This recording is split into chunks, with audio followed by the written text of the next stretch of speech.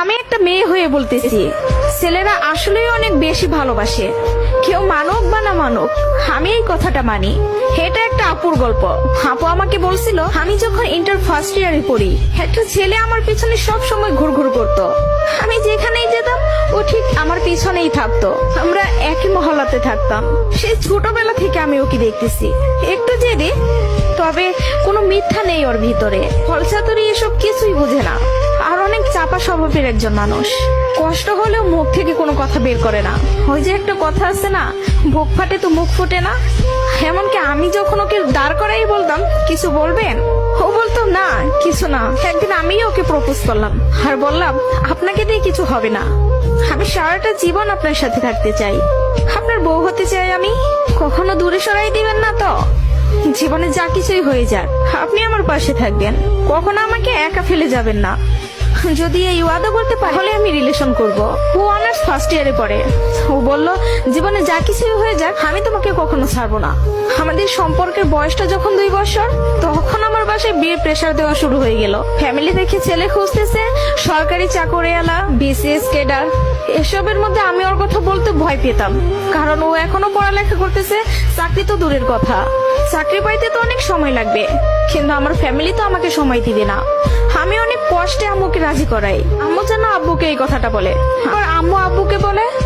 আব্বু সাথে সাথে মুখের উপর বলে দেয়, সম্ভব না, বেকার ছেলের হাতে আমি আমার মেয়েকে দিব না। তখন আমিও ভাবছিলাম, কথাটা তো ভুল না, কথাটা তো সঠিক। কোনো বাবা মাই চাইবে না বেকার ছেলের কাছে মেয়েকে বিয়ে দিতে। আমি নিজেও তো কখনো চাইবো না, কিন্তু তারপরও মাথায় চলতেছে, আমি যদি ওকে হারাই ফেলি, আর কখন কি ফিরে পাবো ওকে? আমি তো আর ফিরে পাবো না। পরবর্তীতে আমি ওকে সব বলি, ওকে বলি কি করব বলো। তখন বুঝতে পারতেছিলাম ও কান্না করতেছে। ও আমাকে বলে, আম্মু ডাকতেছে, জাস্ট একটা মিনিট, আমি আম্মুর কথাটা শুনে আসি।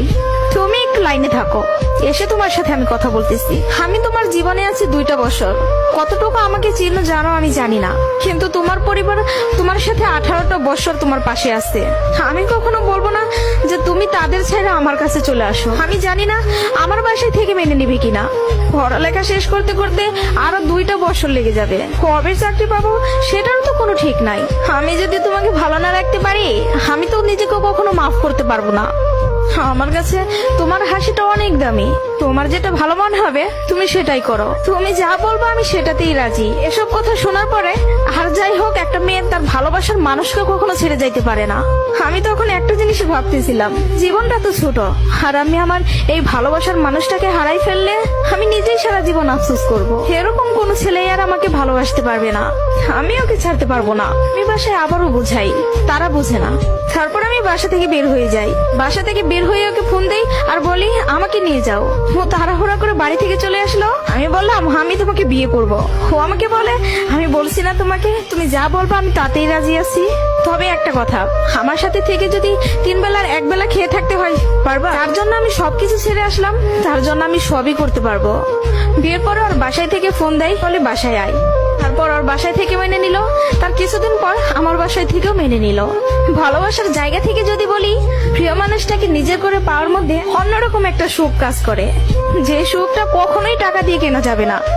আর যদি বলি প্রিয় মানুষটার কথা, আমি ভুল মানুষকে ভালোবাসি নাই, আমার মানুষটা সঠিক ছিল। সেই মানুষটা আমাকে বিন্দু পরিমাণে কষ্ট দেয় নাই। আমি সবসময় একটা কথা বলি, ভালোবাসা সুন্দর যদি মানুষটা সঠিক হয়। প্রিয় মানুষটা যখন নিজের হয়ে যায়, তখন এতটা শান্তি অনুভব হয়, তা হয়তো বলে বোঝানো যাবে না। সুখে থাকতে, ভালো থাকতে টাকা পয়সার আমূল প্রয়োজন পড়ে না, যদি ভালোবাসার মানুষটা পাশে থাকে। কাউকে ধরলে হাতটা শক্ত করে ধরবেন, যেন দিন শেষে সব সময় আপনার পাশে থাকে। তো সবাই ভালো থাকবেন। ভিডিওটি ভালো লাগলে প্লিজ সবাই শেয়ার করবেন, আর